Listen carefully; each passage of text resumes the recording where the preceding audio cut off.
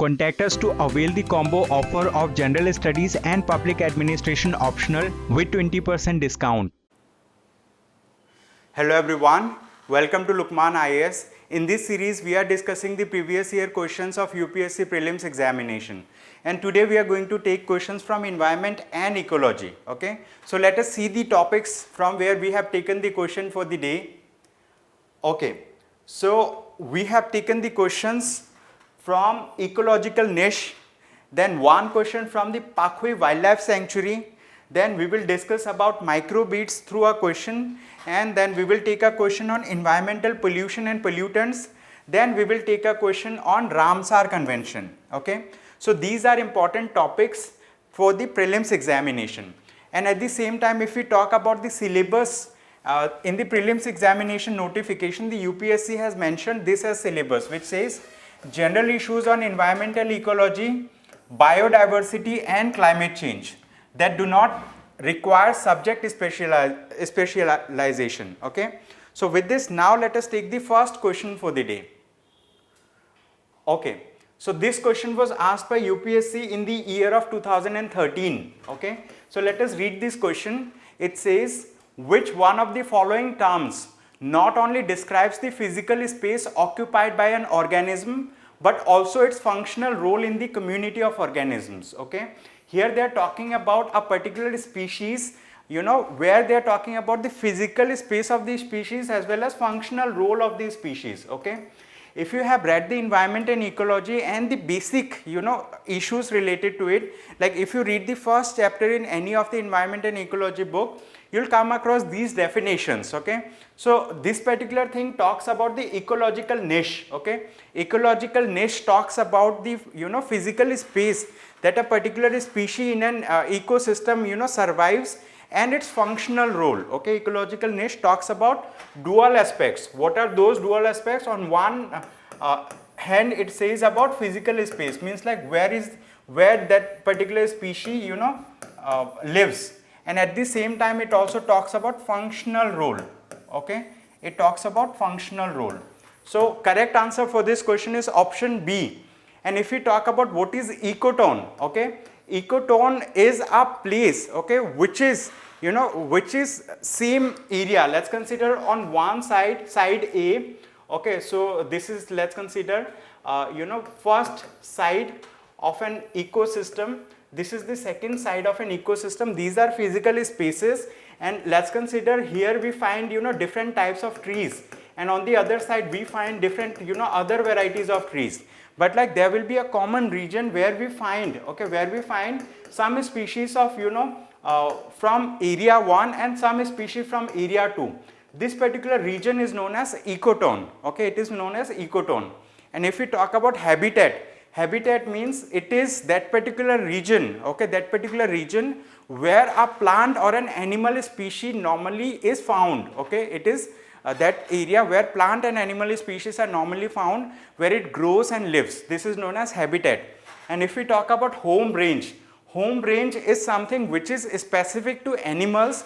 It talks about those that particular area or that particular range of area where that particular animal survives. Okay, it may move from here to there.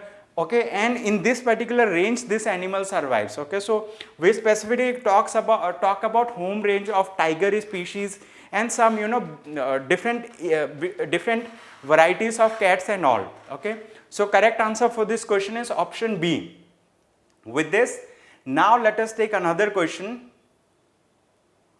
Okay, so this question was asked by UPSC in the year of 2018. Okay, 2018. Let us read this question. It says, in which one of the following states is Pakhui Wildlife Sanctuary located? Okay, this is a very straightforward question.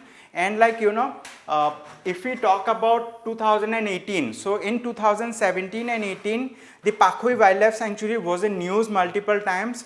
So like if you are aware of the environment and ecology related topics that are in news, you will be able to answer this question. Okay, so generally the Pakhui Wildlife Sanctuary is located in the state of Arunachal Pradesh. Okay, and inside the Pakhui Wildlife Sanctuary we find Pakke Tiger Reserve. Okay, it is also located in the same state. Okay, so here you just had to identify in which state a particular wildlife sanctuary is located. Okay, there are many wildlife sanctuaries, there are many tiger reserves, there are many national parks, but for you it is important that you should keep a track of the current affairs of that particular year, so that if a question comes you will be able to answer. Okay, so this is Arunachal Pradesh.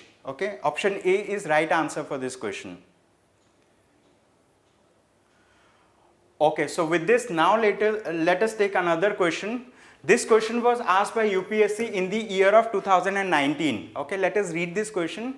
It says, why is there a great concern about microbeads that are released into the environment? Okay, so when we talk about microbeads, okay, so it was in news multiple times, it has been in news, it is still in news. Okay, so microbeads as a term, okay, from environment and ecology section is very important. Okay, you might have read about it, right? Microbeads are something, it is solid plastic particle, very small in size, that pass through the filters also, unfiltered, that pass, and the microbeads are eaten up by marine species like fish, whales, okay, different kind of big fish. Like if you cut them, like you will find huge amount of microbeads in their stomach.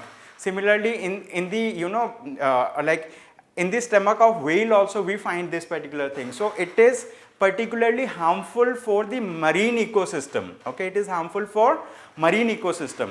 So they are considered harmful for marine ecosystem. So that's why correct answer for this question is option A. Okay, if we talk about like what is the nature of this question, whether it is easy or difficult, I would say it is a very easy question.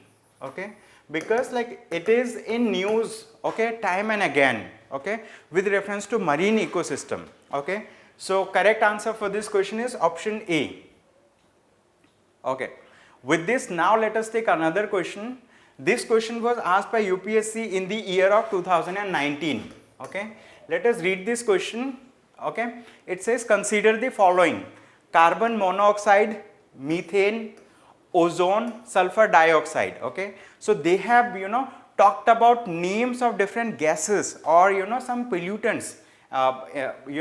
Then now they are talking about which of the above are released into the atmosphere due to burning of crop or biomass residue. Okay, so which of them are released into the atmosphere due to burning of crop and biomass residue? So here we need to understand that whenever we are burning the crop or biomass residue, what happens? It leads to the release of various kinds of pollutants into the environment, and these pollutants include the carbon monoxide, methane, ozone and sulfur dioxide. All of these are released. So correct answer for this question is option D. Okay, option D is the right answer for this question. Okay, so like it may be considered to be a moderate question, because those people who are reading current affairs on a daily basis and also keeping a tab on the kind of pollutants that are released because of burning of biomass residue, because like it is in news with reference to Delhi, with reference to NCR region in India, where because of stubble burning, okay, it leads to huge pollution issues. So that's why correct answer for this question is option D. With this now let us take the last question for the day. This question was asked by UPSC in the year of 2019. Okay, so it was asked by UPSC in the year of 2019. So let us read this question, after then we are going to answer this question. Okay, so before we take this question, let me talk about what is the central idea of this question.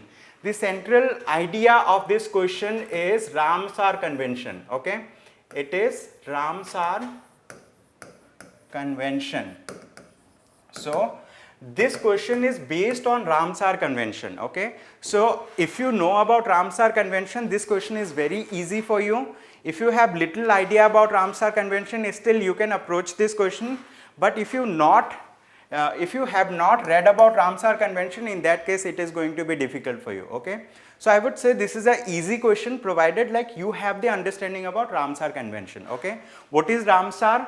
Ramsar is a city in Iran. Okay, and Ramsar Convention talks about protection of wetlands. Okay, so under Ramsar Convention they include member countries. Like there are many countries who become part of the Ramsar Convention, and they voluntarily designate some of their wetlands to be included into the Ramsar Convention. Once these wetlands are included into the Ramsar Convention, what happens? Then these wetlands get the tag of wetlands of international importance, okay, wetlands of international importance. And after then, not only the member country, gives special focus for the conservation of that particular wetland, but also international community keeps a tab, keeps an eye how well that particular wetland is being managed, okay. So this is about Ramsar Convention. With reference to Ramsar Convention, there is one more thing that is known as Montreux's Record, okay. In this particular record, we include the names of those wetlands, okay, that are under threat, means like where the ecological variety or the ecological quality has degraded or is degrading because of human action, okay. So Montreux's Record, Montreux's Record enlist those wetlands that are under some kind of ecological threat, okay. So having understood this thing, let us read these options, then we will try to answer this question. The first option, first statement here, it says under Ramsar Convention, it is mandatory on the part of the government of India to protect and conserve all wetlands in the territory of India. This is incorrect because this is voluntary in nature, means like a member country can designate a particular wetland to be included into the Ramsar list. Once it is included, then that particular country will give a special focus or a special attention in conserving that particular wetland. And apart from this, this Ramsar Convention does not put mandatory, a mandatory clause for the member countries to conserve all the wetlands in the territory of that particular country. So that's why statement 1 is incorrect. If statement 1 is incorrect, we can eliminate option A and we can eliminate option D. Now let us read second statement. It says the Wetlands Conservation and Management Rules 2010 were framed by the Government of India based on the recommendations of the Ramsar Convention, okay. Here we need to understand that we have a Wetlands Conservation and Management Rules 2010, but these Wetlands Conservation and Management Rules 2010 were framed under Environment Protection Act of 1986, okay. Environment Protection Act, I am writing over here, Environment Protection Act of 1986, okay. So we have notified these rules, Wetland Conservation and Management Rules 2010 under the Environment Protection Act of 1986. This is an environmental law in India. This is a local law, means this is a law that has been made by the government of India. So this particular rule was not recommended, or this particular rule was not made on the recommendation of the Ramsar Convention, okay. Ramsar Convention does not recommend such rules. So that's why statement 2 is also incorrect. If 2 is also incorrect, we can eliminate option B, because in option B also we have 2. Last statement that is remaining is the last option that we are left. So option C is the right answer. Let us read the option C. It says the Wetlands Conservation and Management Rules 2010 also encompass the drainage area or catchment regions of the wetlands as determined by the authority, okay. So here we need to understand these wetland rules, Wetlands Conservation and Management Rules 2010, encompass all those areas that are notified by the state government, that are notified by the central government, and that are notified by the, okay, union territories. So it includes, various areas that may be, drainage area or catchment regions. These may be, flowing rivers, or these may be stagnant waters, okay. These may be, wetlands of different natures. So the definition of wetlands under the Wetlands Conservation and Management Rules 2010 to somehow equates to the definition of wetlands as per the Ramsar Convention of Ramsar Convention, okay. So it is very important that we should understand what are wetlands, okay. For that purpose, you need to read the definition of wetlands. Once you are aware of the definition of wetland, you will be able to answer this question. So correct answer for this question is option C. I would say this question is not so easy, it is not so difficult also. It is a moderate question. Okay, it is a moderate question from environment and ecology. Okay, so with this we have come to an end of discussion for the day. Okay, so that's all that I had to discuss with you for the day. Thank you so much everyone for attending this session. I hope you have a great day ahead. Thank you.